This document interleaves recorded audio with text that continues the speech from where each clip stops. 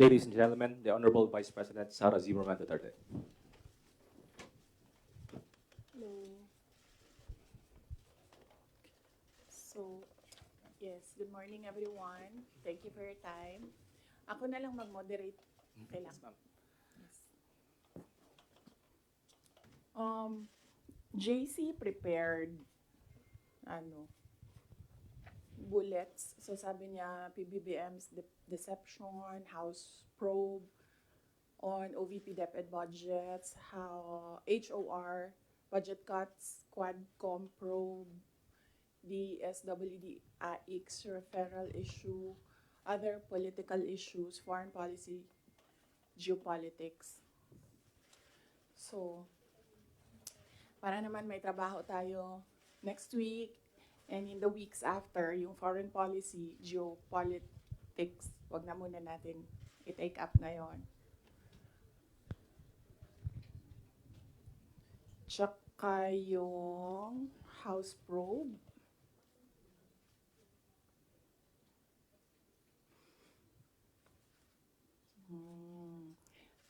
Antayin muna natin yung next House hearing. Kasi kulang pa yung mga sinasabi doon for me to answer.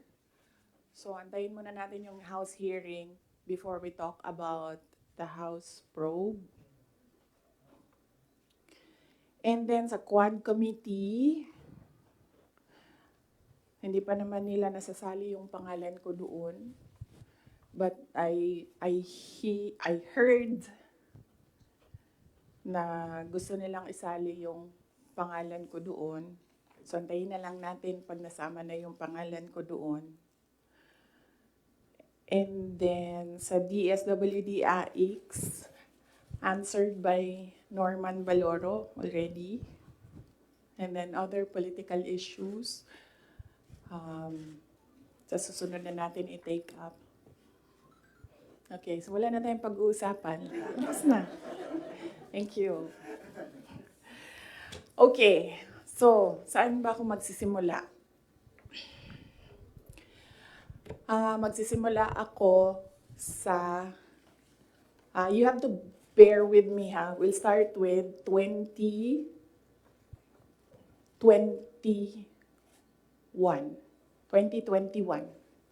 Doon tayo magsisimula sa 2021. So,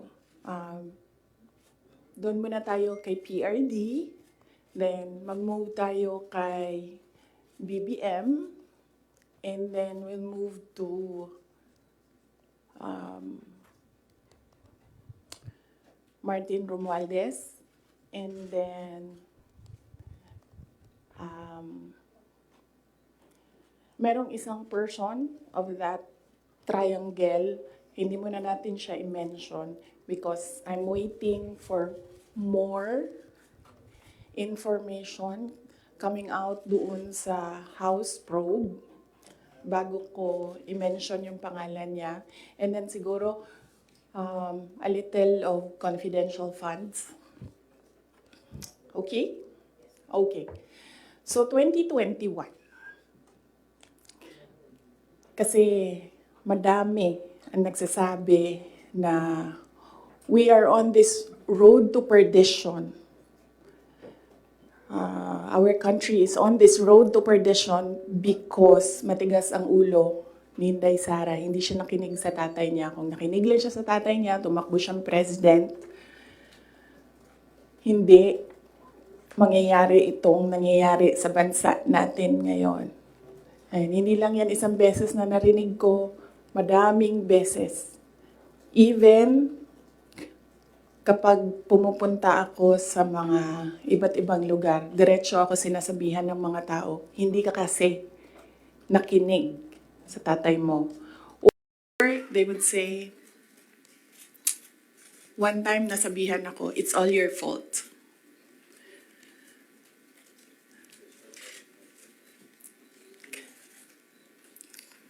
Alam nyo, kasi I don't like talking about my life. I don't like talking about my feelings. I only want to talk about my work. Kaya hindi ako nagsasalita. Pero ganito yung nangyari. PRD never, ever asked me to run for president. Yan yung totoo. 7 times niya ako pinuntahan sa bahay ng nanay ko, sa bahay ng asawa ko. Hindi siya talaga nagsabi sa akin na tumakbo ka for president. In fact, sinabi niya sa akin, huwag kang tumakbo for president kasi nanggaling ako dyan, mahirap siya na trabaho, anak kita, naaawa ako sa iyo to go through what I had to go through. Yan ang sinabi niya sa akin, paulit-ulit. And sino ang witness ko to say na totoo ang sinasabi ko? Yung nanay ko. Because sa 7 discussions na yon, nandoon ang nanay ko parati. Nakaupo, nakikinig, hindi nagsasalita. There was only one time, one discussion na nagsalita yung nanay ko. Nilagay ko yung nanay ko doon para makinig siya sa aming dalawa ni PRD. So, on the hindsight, maybe ginamitan ako ng reverse psychology ni PRD, hindi ko alam. Siya lang ang nakakaalam kung bakit paulit-ulit niya sinabi sa akin, huwag ka tumakbo for president. Kung magkaroon kayo ng pagkakataon na tanungin ninyo siya bakit. Another proof na hindi ako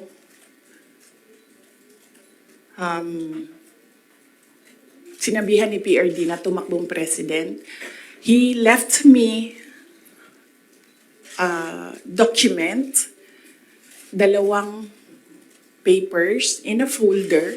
Unfortunately, naiwan ko sa bahay namin ngayon. Dala ko siya dito sa Manila para ipakita sa inyo, pero naiwan ko siya sa bahay. Ang nakalagay doon, so maybe the next time na magkita-kita tayo lahat, dalhin ko siya. You can read, but you cannot take photos. Cannot take videos of the document. Nakalagay doon, in gist lang. Sa left side, nagsasabi siya doon, hindi si PRD. Hindi si PRD ang sumulat nun, ibang tao. Nagsasabi yung tao doon, Sara should not run for any position. Dapat si Bongo ang tumakbong VP. Yun yung nakalagay sa left side na document. Nakalagay sa right side na document, Sara should not run for any position. She should endorse Bongo Rudy Duterte for President and Vice President. So yun yung proof ko. Yun yung dala-dala ni PRD na document nung very last meeting namin. Dala niya yung document na yon. So yun yung proof ko na hindi talaga nagsabi si President Duterte na tumakbo ako for president. And even if nagsabi siya, hindi din talaga ako tatakbo for president. Maaga ako nagsabi sa inyong lahat. Sabi ko, I don't know kung may mga media pa at the time na nandito ngayon. Sinabi ko, wag nyo na muna akong tanungin about the presidency para hindi pa ulit-ulit yung tanong. Antayin nyo na lang January 2021. Pagdating ng January 2021, paalam ko sa inyo ang desisyon ko. Tatakbo akong president o hindi. And true enough, January 2021, maaga ako nagsabi sa lahat, sa taong bayan, na hindi ako tatakbong president. Unfortunately, hindi naniwala lahat. Kasi sinasabi ninyo, yan yung track ni President Duterte. Hindi ako tatakbong president, hindi ako tatakbong president. And then, nag-substitute siya. But, yes, anak ako ni PRD, and yes, meron kayong nakikita sa akin na nakikita ninyo sa kanya. But I am a different person. Yung mga anak ninyo, hindi yan clones ninyo. Meron yan silang sariling pag-iisip, meron yan silang sariling kapasidad, meron yan silang sariling damdamin. Yun yung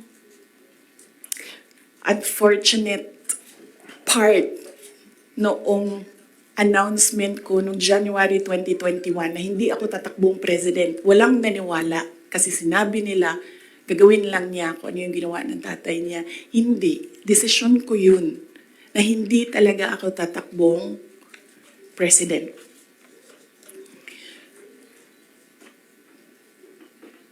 Because at that time, ang gusto ko at pangarap ng lahat siguro na mayors, maka 3 consecutive terms ka as mayor. Okay. So, klaro na yon. May questions doon? Yes, ma'am. Sabi sa inyo. Mike. Sino po yung nagsulat doon sa folder? Unsigned siya, walang pangalan, and I think sinadya nila na wag lagyan ng pangalan yung 2 letters kasi it was really a Sara bashing document. It did not say anything nice about me. So, I think sinadya nila na hindi sabihin sa akin kung sino yung sumulat nung 2 documents. How did you feel, ma'am? How did you feel po when you seen those documents? Wala naman akong problema sa sarili ko. Alam ko kung anong kakayahan ko, alam ko kung anong kapasidad ko, alam ko kung ano yung kaya kong gawin.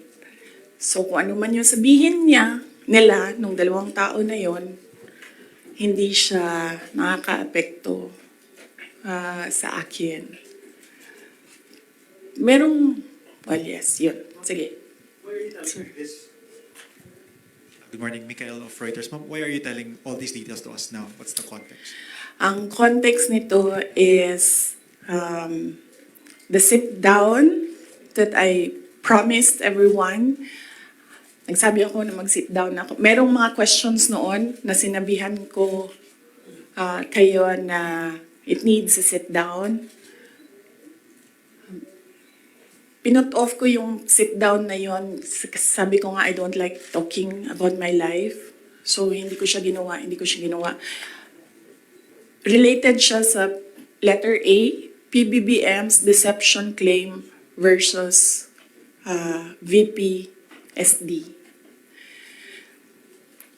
So, kailangan ko kasi sabihin sa inyo ang simula hanggang ang huli. So, chronological order ko siya para maintindihan niyo yung kwento. So, yun. Yung deception. Actually, nung narinig ko yung deception,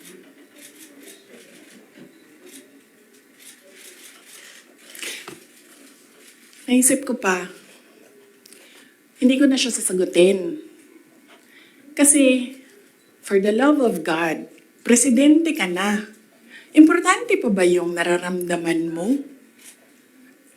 Di ba kapag presidente ka, hindi na importante yung pagod mo, yung luha mo, yung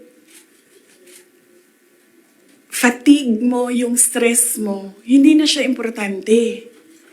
Because when you are president, importante dyan yung nararamdaman ng taong bayan. Yung bansa. Yun yung naisip ko when I heard it na parang talagang may panahon ka mag-isip about deception ng isang babae dyan. Ang dami mong oras. Hindi ba dapat iniisip mo na yung mga taong gutom? Yung presyo ng gasolina?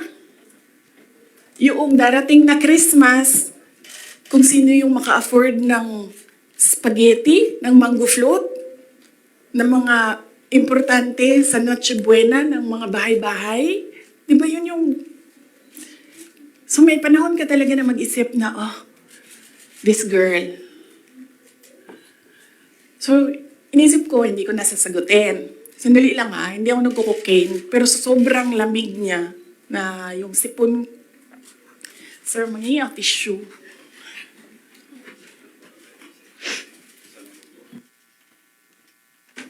O, wag niyo lang hinaan, sir, kasi sa sobrang dami natin. Tissue lang, sir, may panyo ako. Ayoko ng panyo.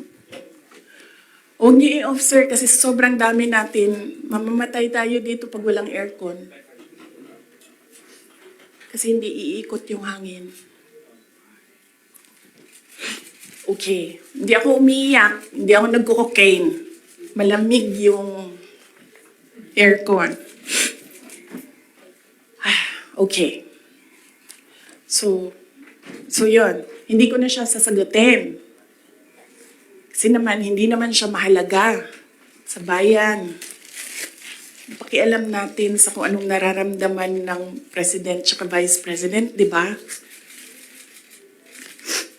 Ako gani, sa Binisaya pa, dawat-dawat raman na. Di ba? Dawat-dawat rana.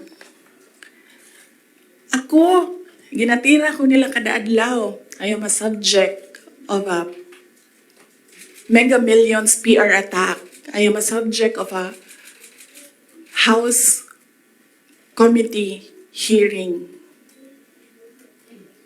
Pero hindi na importante yung nararamdaman ko dyan. Ang mahalaga, matuloy namin sa Office of the Vice President kung ano yung sinabi namin na gagawin namin. Diba? So, I don't understand why we're talking about feelings. So, hindi ko na siya sasagutin. And then, sabi ng mga tiga Davao, nandun ako sa Davao nung lumabas niyang deception na yan. And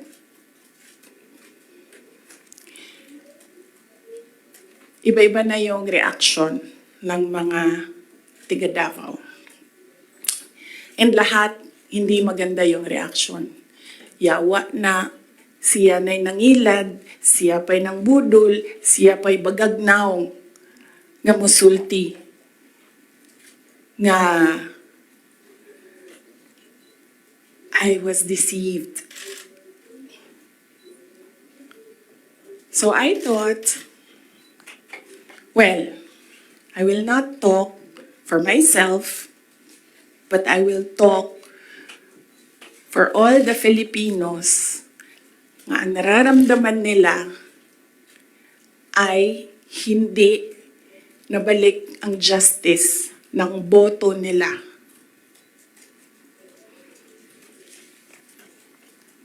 So yan yung context. Mahaba ng context.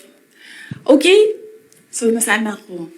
2021 January. 2021 October, filing. Kita ninyo ako nag-file ng mayor.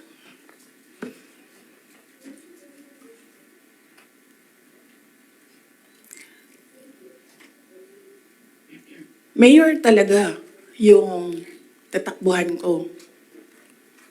Masakit sa akin na naririnig yung mga tao na we are disappointed in you. Kasi sa pagtakbo ba, dili man gud na siya kanaganing kung ingnan ka sa mga tao nga, daganday mo, dagan na lang ka. Muna-una po daw ka. Mudagan ko, o presidente, ingani ang may tabo. Nagkaroon ako ng SWOT analysis para lang takbo o hindi. Diba? Lahat ng pumapasok sa opisina ko when I was mayor, meron akong paper nakahati ng ganyan. Okay, ikaw, you give me a pro and a con. You give me a positive and a negative running for president. Ganyan yung ginawa ko. And unfortunately, mas madaming negative kaysa sa lumabas na positive. And honestly, sa totoo lang, sabihin ko sa inyo, ang number 1 doon na positive, ganito lang. Ganito kasimple. Pangarap ko magkaroon ng effigy na sinusunog. Totoo yan. Because I feel na parang, wow. Sino ba sa inyo, sino ba sa atin ang ginagawa ng effigy? Diba? Sino ba sa atin ang meron talagang tao na hindi matutulog ng ilang araw para gagawa ng effigy tapos susunugin? Diba? So naisip ko, when I become president, meron akong effigy and susunugin nila and magpapapicture ako doon. Kasi hindi lahat ng tao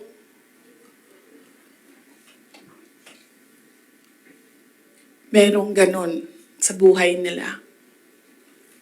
And then another positive was, mapupuntahan ko na lahat ng sulok ng Pilipinas. Makikilala ko na lahat ng mga tao, mga kababayan ko sa Pilipinas. Mapupuntahan ko lahat ng mga bansa na madaming Pilipino na nagtatrabaho doon, na tumutulong sa ekonomiya natin dito sa bansa. One of those positive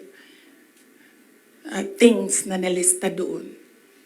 Na nasabi ko, kung makapunta ako doon sa kanilang lugar, baka naman ma-inspire sila na gawin kung ano yung ginagawa sa Davao City. At the time, bago ako bumaba for mayor,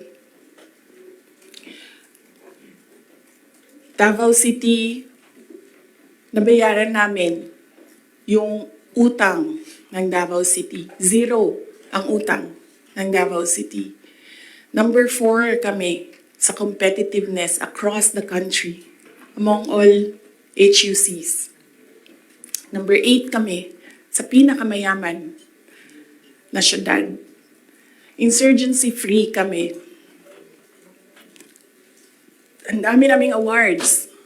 If I remember the number right, 117 awards ang 2016 namin until 2022. Ang mga recognition namin sa lahat ng ginawa namin sa Davao. Hindi na nila kami matalo sa most child-friendly city in the Philippines. Nag-Hall of Fame na kami sa Davao. So naisip ko, baka naman, kung mapuntahan ko yung ibang lugar, may isip nila na, pwede yan dito sa amin. That will improve the quality of life of our kababayans. So anyway, sana ako.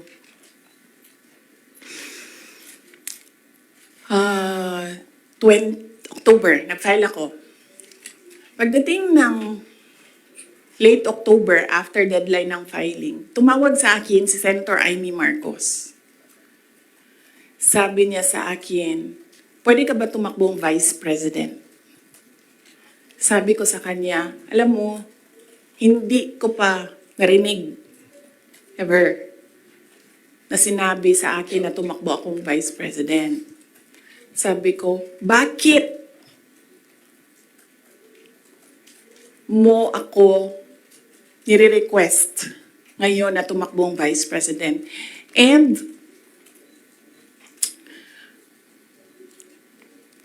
I'm happy that she was honest enough to say, kasi matatalo kami ni Lenny kung hindi mo dalahin ang Bisaya. It was very straightforward. Now, it was all about winning, sinabi niya sa akin. So sabi ko sa kanya, Bisaya naman day ang ato ang giistoryahan dinhi. Tawagan ninyo si Bato de la Rosa. Ask him to slide down to VP. Tumatakbo siyang president. And then ang answer niya was, nah. And then I told her, well, ask PRD to run as your vice president.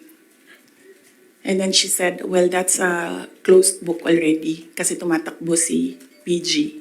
So, ask BG to run as your vice president. Mga Bisaya na tanan. And then she said na, I don't think kayanin na manalo kami kay Lenny. And then I said, ask Manny Pacquiao to slide down. He's already running for president. And she said, we already did. And Manny Pacquiao told us that God asked me to run for president. So how can you argue with God? Totoo yan. I don't think she will deny that. Very straightforward naman si Senator Amy Marcos eh. Mainit na siya ngayon.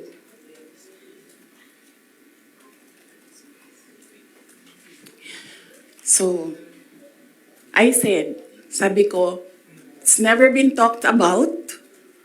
I need to talk to my family and I need to see kung mananalo ba ako for Vice President.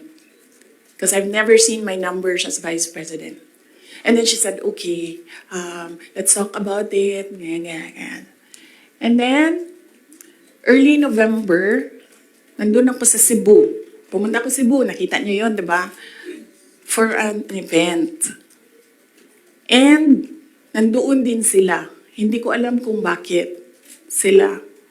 When I say sila, si BBM, tsaka si Senator Amy. And, nag-request sila ng pag-uusap din. So sabi ko, okay, mag-usap tayo. Nagkita kami sa bahay ni Martin Romualdez. Kasi gusto umeksena ni Martin Romualdez, gawa siya ng party-party ko noon na birthday. And then pag-upo ko doon sa, I think you see the pictures.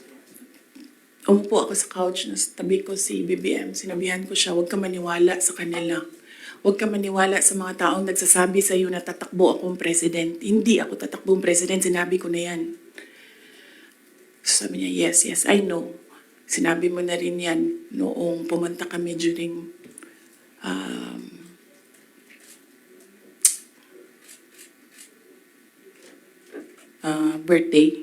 birthday ko.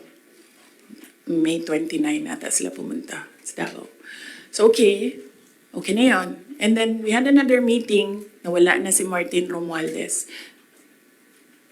Because, I don't know, hindi naman talaga siya kasali. Sinisiksik lang niya yung sarili niya. Totoo yan. Ito yan. Papunta tayo kay Martin mamaya. Gusto nyo? Tawag sa kanya ng mga kasamahan niya doon sa house, Tambi!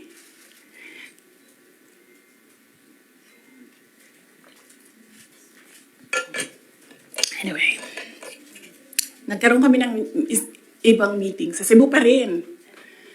Face to face.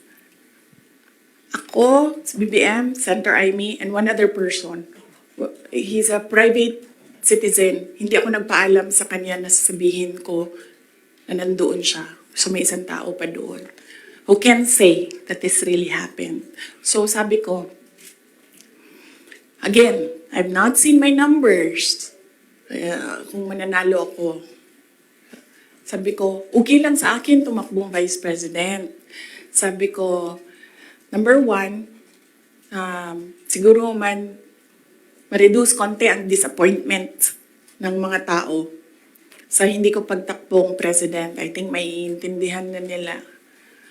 And ito na lang yung i-offer ko sa kanila mag-Vice President ako. Number two, madaming big ticket projects si PRD sa build at that time na gusto ko sana makita na magawa para sa bayan kasi hindi natapos. Kasi kulang nga talaga ang 6 years. So sa ngayon, magte-third year na tayo, wala pa tayong nakikita na big ticket projects, di ba? For 2028, huwag na kayong mag-expect na meron kayong makita. Kasi it takes more than 6 years to prepare for a big ticket project. So sabi ko, and sinabi ko sa sarili ko, bata pa naman ako, hindi naman ako nagmamadali, wala naman akong papupuntahan. And naisip ko, I cannot do anything more for Davao City. Number 4 na kami. Naisip ko, I don't think kaya ko siya i-elevate to number 3, number 2, number 1. Hanggang dun lang yung kaya ko gawin. So ibibigay ko sa iba, maybe they have more ideas, more innovation para mapagawa nilang number 3 ang Davao sa buong Pilipinas. So I said, okay,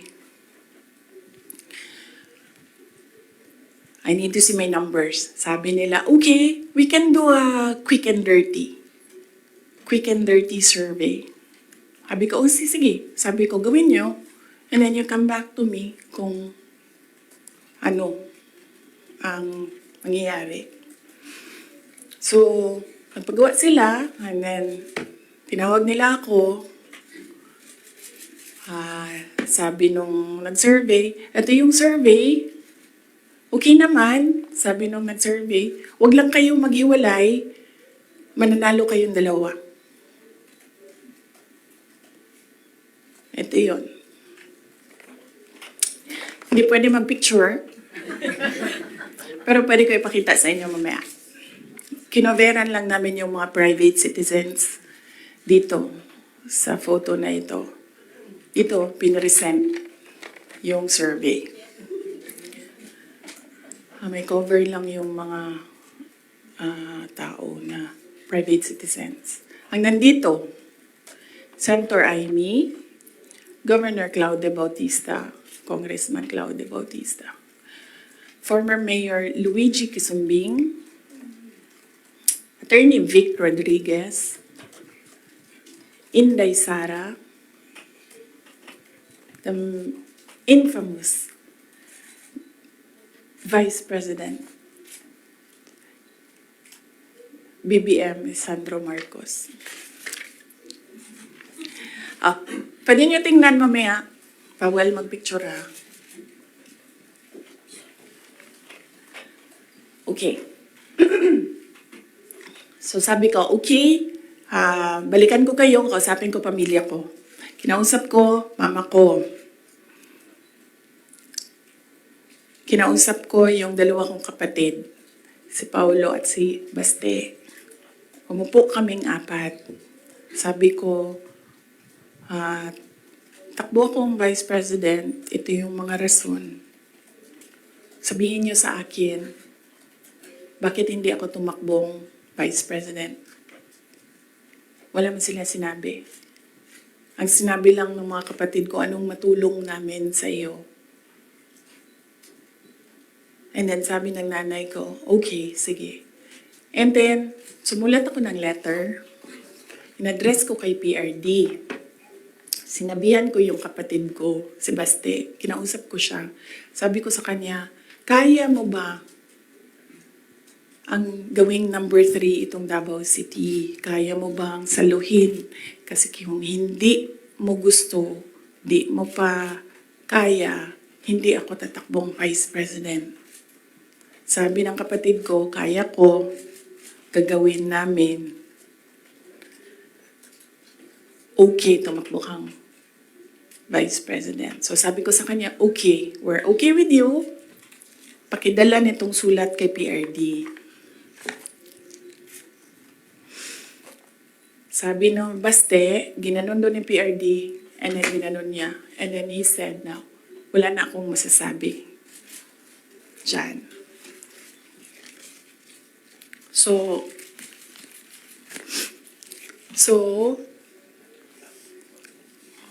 okay lang, sir, kasi kung babaan ninyo, masyado tayong madami dito, iinit siya. So,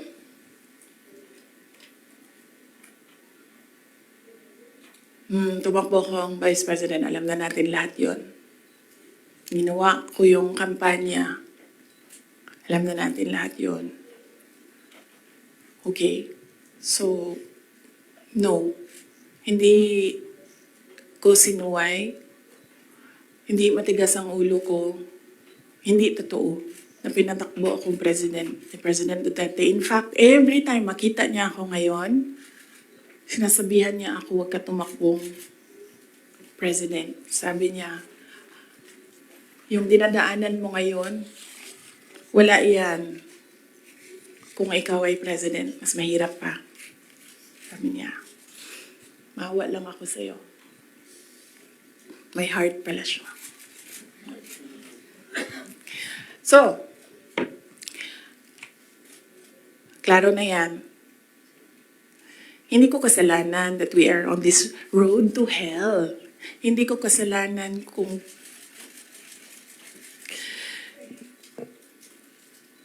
hindi marunong.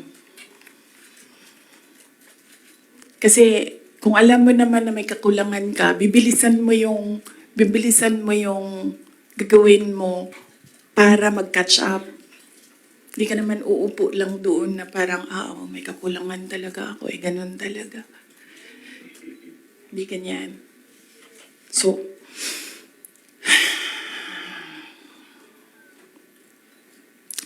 that's that. And then, ito na kami ni Mr. Deception.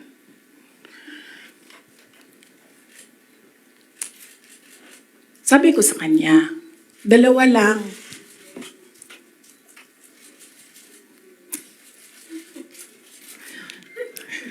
Para pantay. Dalawa lang. Sabi ko, dalawa lang.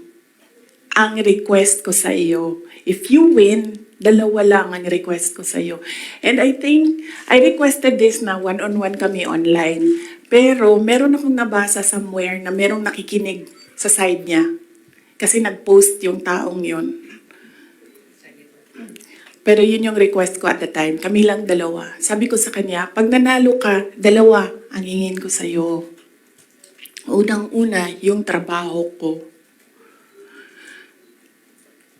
I want to work sa security sector. Kasi there will never be development kung hindi solid ang security backbone mo. Hindi ko sinabi sa kanya yan. Pero, tinanong niya ako, bakit Department of National Defense? Sabi ko sa kanya, kasi karamihan naman ng problema ng insurgency, ng terrorism, nandyan yan sa Mindanao. Kinalakihan ko yan, naiintindihan ko siya. In fact, nung bumaba ako, insurgency-free na ang Davao City. So, naiintindihan ko siya. Yan yung gusto ko na trabaho. He said, readily, he said yes. And then, ang isa, sinabi ko sa kanya, itong trabaho na ito, maiiwanan ko yung mga anak ko. Naiintindihan ko yan. Handa ako dyan. Pero humihingi lang ako ng tulong sa iyo na suportahan mo yung air travel ko. Kasi maiiwan yung mga anak ko and gusto ko lang na pag kailangan nila ako, makakauwi ako sa kanila. Kasi itong mga bata na ito, lumaki sila sa akin. Since birth hanggang nag-decide sila na hindi na sila tatabi sa akin sa tulog. Nasa akin sila gabi-gabi. Except pag wala ako sa bahay dahil sa trabaho. So, pag sa bata kasi, hindi naman niya maintindihan na, oh anak, I have to consecrate myself into the service of the nation. Hindi mo naman pwede sabihin sa bata yun, hindi niya maiintindihan yun. So sinabi ko sa kanya, supportahan mo lang yung air travel ko because I need to go home to my children. Kasi kahit na vice president ako, gusto ko pa rin na maalala nila na nandyan yung nanay nila dahil sa loob ng bahay. Hindi naman vice president tingin sa akin ng mga anak ko. Just plain, mama, may kailangan ako, mama, may problema ako. Sabi niya, yes. Dalawa lang yun. Sabi niya, yes. In fairness, hindi siya yung nag-umindi sa DND. Hindi totoo yan na hindi binigay sa akin. Binigay yan. Nung nanalo na, sinabi ko na ito dati, ulitin ko lang. Nung nanalo na kami, nakita ko yung boto. And then I realized, sabi ko, gagawin talaga ng mga tao na ipaaway kami para masira yung partnership. Yun talaga ang gagawin. Lalong-lalo na ng mga yellow, ng mga liberal. Kasi yun yung gusto nila. So sabi ko, they will exploit this. And dahil nasa DND ako, araw-araw ako pagdududahan. Anong ginagawa ng babaeng yan dyan? Unsa na iya, ginabuhat. Asam na siya gaadto. Planning ako dita. Planning to overthrow the government. Kasi DND yan. Hawak mo ang military. So sabi ko sa sarili ko, ayaw ko na magtrabaho ng ganun. Na araw-araw ka pinag-iisipan na meron kang gawin. Samok ra siya ba? Magtrabaho ka, unya na pa nga na nga intriga. Madaot lang imuhang kamada. So ingon ko, sabi ko sa kanya, pwede ba ako lumibat sa education? Kasi 3 naman yung plataforma ko. Mapayapang pamumuhay, trabaho, edukasyon. So sabi ko, pwede ako lumipat ng DepEd. Sinabi ko din sa kanya kung bakit. Ayaw ko na intrigahin ako. And then he said yes. So napunta ako sa DepEd. And then the other one, sabi ko, supportan mo yung air travel ko. Sabi ko, di na nangyari yun. Pinilit namin, hindi na natupad yun. Isang beses sinabihan ko siya. Sabi ko, pwede ba sabihan mo yung 250? Kasi ako ang priority. Hindi ikaw.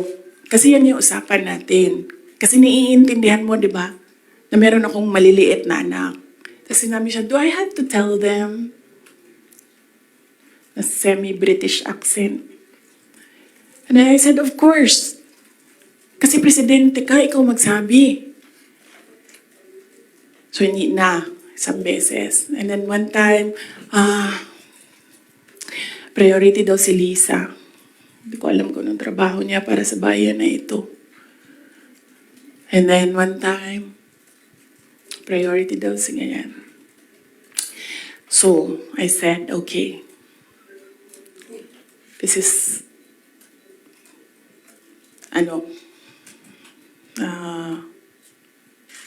some form of insincerity.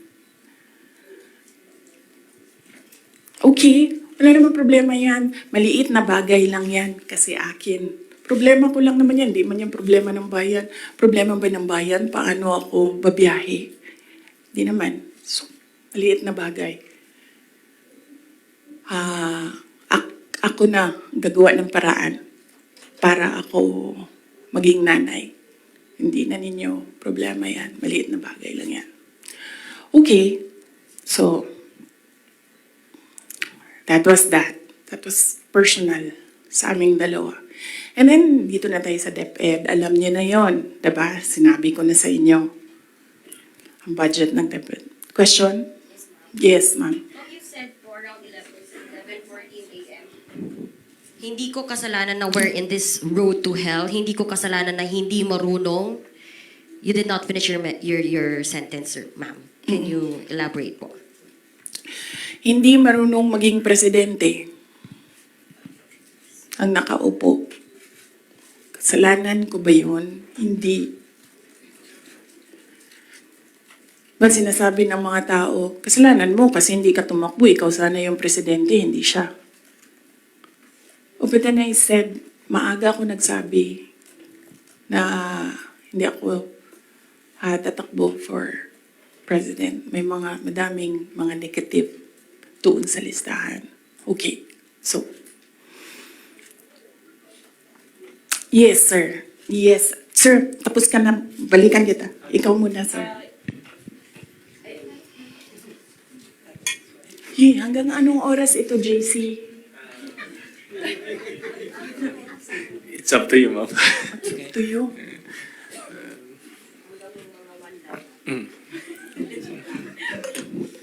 Okay. Madam VP, with all this revelation that, ayun nga, meron kayong mga request kay President Bongbong Marcos in case he wins, which is he won. And of course, yung conversation nyo with Senator Amy Marcos. Ngayon ba, do you regret teaming up with President Ferdinand Marcos during the 2022 elections? Alam mo, inisip ko yan. Naisip ko na yan. And then naisip ko kasi, ganito, sila yung tumatakbo, diba? Tumakbo si BBM, tumakbo si Lenny. So, either lang naman sa kanila yung mananalo noon. Tapos mayor ako ngayon. Imagine natin, parallel world na either sa kanila ang president and then ako ang mayor. So I'm sure, lahat ng mga nakapalibot sa kanila, magtitingin pa rin sila sa akin doon sa Davao City. Hahabulin pa rin nila ako doon sa Davao City because tinitingnan nila, yung mga nakapalibot sa kanila, wala na yan silang pakialam kasi president na sila, diba? Pero yung mga nakapalibot sa kanila may pakialam kasi sila yung tumitingin ng future. Sila yung tumitingin ng 2028. And then, meron akong realization yan because ang nagsabi sa akin yan, si former Senate President Manny Villar. Sabi niya, wala kang kawala dyan. Saan ka man magtago, saan ka man pumunta, hahabulin ka nila kasi tinitingnan nila ang 2028. So, I don't regret running for Vice President. Kasi imagine nyo, kung mayor ako, tas hinahabol nila ako ngayon. Diba? Napakadali nila ako i-suspend. Napakadali nila ako kasuhan. Napakadali nila ako tanggalin sa pwesto as mayor. Ngayon, hindi nila ako matanggal.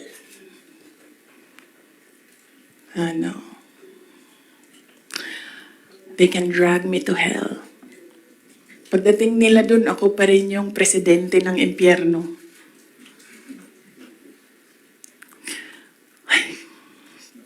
Yes. Jason? Yes. Pahiram ako ng ballpen, lagyan ko lang ng note kung saan ako nag-stop kasi para alam natin saan tayo mag-start. Mamaya. Kung sinabi niyo po na hindi kayo nagsisi na tumakbo kayo for Vice President, pero nagsisi po ba kayo na nakipag-tandem kayo kay President Bongbong Marcos? Hindi man ako ni-request ni VP Lenny na tumakbong Vice president niya. No, hindi ko pinagsisihan yung pagtakbo ko as vice president. And hindi ko din pinagsisihan na nakipagtandem ako sa kanya. I'm sure merong rason ang Diyos kung bakit ako nilagay dito sa upuan na ito, sa ilalim ng seal na yan. Para rin siguro sa kanya, para kay BBM, or para sa bayan, hindi ko alam kung anong rason ng Diyos. Sometimes, or all the time, hindi natin nakikita ang rason ng Diyos. Nakukonect na lang natin siya kapag meron ng ibang nangyari sa buhay natin. Siguro, yun yung rason para, ganito, gawin ko, bullshitin ko sila ng bullshitin. Bullshit kayong lahat. Drag me to hell. Sorry Mark. sila muna ha, kasi hindi pa sila nakatanong. Ma'am, Mark Macalalan. good morning, Super General. VP. Since wala po kayong intention to run for Vice President from the very beginning, can we say na napilitan ba talaga kayo, and without yung call ni Senator Amy, masasabi niyo ba na nagamit lang kayo para lang manalo si President Bongbong Marcos sa pagkapangulo? Napilitan, hindi. Very rational yung decision making ko sa pagtakbo as Vice President. Sinabi ko kanina. Ganon din ginawa ko. Nilista ko yung positive, nilista ko yung negative. Nandun yung positive, sinabihan ko yung pamilya ko, tell me the negatives. So, ano yung isang tanong? Nagamit. Yes. Clear naman yun. Tinanong ko, bakit ako? And then she said, matatalo kami ni Lenny kung hindi mo dalhon ang mga Bisaya. Kaya nagbigay ako ng options. Bisaya tanan. De La Rosa, Bongo, Manny Pacquiao. And then she said na hindi kakayanin. Except for Manny Pacquiao, hindi naman siya nagsabi na hindi kakayanin. Ang sinabi lang niya, nag-refuse si Senator Manny Pacquiao. So, of course, ginamit nila ako para manalo sila. Obvious naman yun. Gusto niyo makita yung survey? Hindi ko siya dala. Pero next time dalhin ko, and then pwede kayo tumingin pero hindi kayo pwede magpicture. Ma'am, Yes, ma'am. Joel, DWIZ. Yes. Ma'am, good morning. Ayong buntag, ma'am. So, tanaw ni mo, ma'am, sa tingin mo, ma'am, dapat tumakbo na lang po kayong presidente. Hindi din. Kung papabalikin ako, tatakbo kang Vice President. Lagay ko dyan. Drag me to hell. Ma'am Marlene po from Radyo sa Estrada. Here po, ma'am. Yes, ma'am. Ma'am, having said na hindi mo kasalanan na hindi marunong maging presidente, yung nakaupo ngayon, ibig sabihin ba hindi po kayo kontento sa trabaho po ni Pangulo? Kaya nga umalis ako, di ba, sa administration. Hindi ko na gusto yung mga naririnig ko dun. Hindi ko na gusto yung mga nakikita ko dun. Kayo, kung gusto nyo ng pera, natatakot kayo, kayo lang. Huwag niyo na ako isali. The reason why, noong 2016, ito, sidebar na lang ito, hindi ito kasali, lalo tayong tatagal nito. Huwag na yan. Sige. O hindi.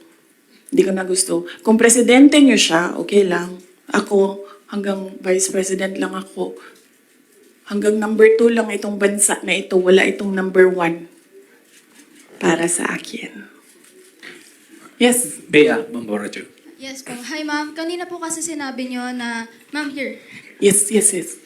Kanina po kasi ma'am sinabi niyo po na hindi ka naman po inask ni VP Lenny para maging vice president niya. Did you somehow wish na sana inask ka na lang po niya na maging vice president niya to run alongside her? Hindi, ma'am. Uy, ginuukok og nidaog si Lenny. Gukdon, manggihapon na nila si PRD, di ba? Mag-ICC, gihapon na. Ay, samot na. Si Trillanes o si Lenny, magkauban man na sila. So kung presidente si Lenny, ilahag hapon ng ICC. Alam niyo ba bakit hindi umuusad yung ICC? Kwento ko sa inyo next time. Masyado na kayong madaming material. Pwede natin i-cut ito. Red Mendoza. Ma'am, sorry po ma'am. Ma'am, may hanging question ako sa inyo the last time kasi ito yung tungkol dun, yun nga, you're referring nga yung tungkol doon sa tandem ninyo with the President, BBM. And do you think po ba may regret po ba din kayo? Kasi yung mga supporters ninyo were forced to vote for the President as tandem. Yun nga yung sinasabi ko before na kasi may mga supporters din si President Marcos sinasabi na budol din sila sa Nino? inyo. Budol ako. Oo, nabudol din daw kayo sa nabudol din sila sa inyo. Kasi parang gano'n sinasabi ng mga loyalista ni BBM na bumoto sa inyo as tandem. So, pwede na po ba masagot yun, ma'am, kung sa tingin niyo po ba bumaba yung pagbaba ng inyong suporta sa mga loyalista ni BBM ay parang enough po ba sa iyo na or does it matter po ba na bumaba yung suporta ng mga loyalista ni BBM sa inyo? Hindi ko alam kung ano yung nire-refer nila na nabudol ko sila. Hiningi nila sa akin yung kampanya ko, binigay ko sa kanila, nanalo sila. So, saan doon ang budol? Nung tumulong ako sa administration, ang DepEd was what? Top 3? The morale of the teachers were so high na they were happy maghirap na magturo. Rain or shine doon sa mga classrooms.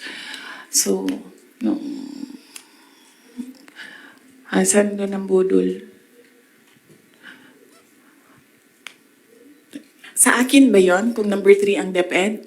Ako ba ang presidente? Hindi. Sa kanya yon. Cabinet member lang ako. Diba? Accomplishments ng DepEd. Sa akin ba yon? Hindi.